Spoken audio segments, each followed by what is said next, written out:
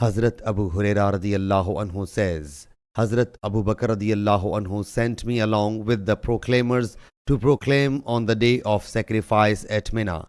After this year, no polytheist must perform the Hajj, nor must anyone circumambulate around the Kaaba in the nude.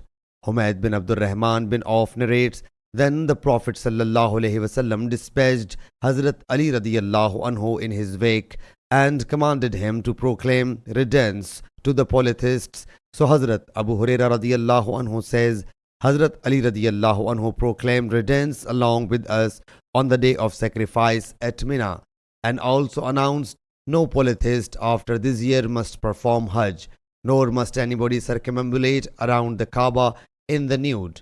In 9AH, Islam was dominant and infidelity was overpowered to such an extent. Sahih Bukhari, Hadith number 4656.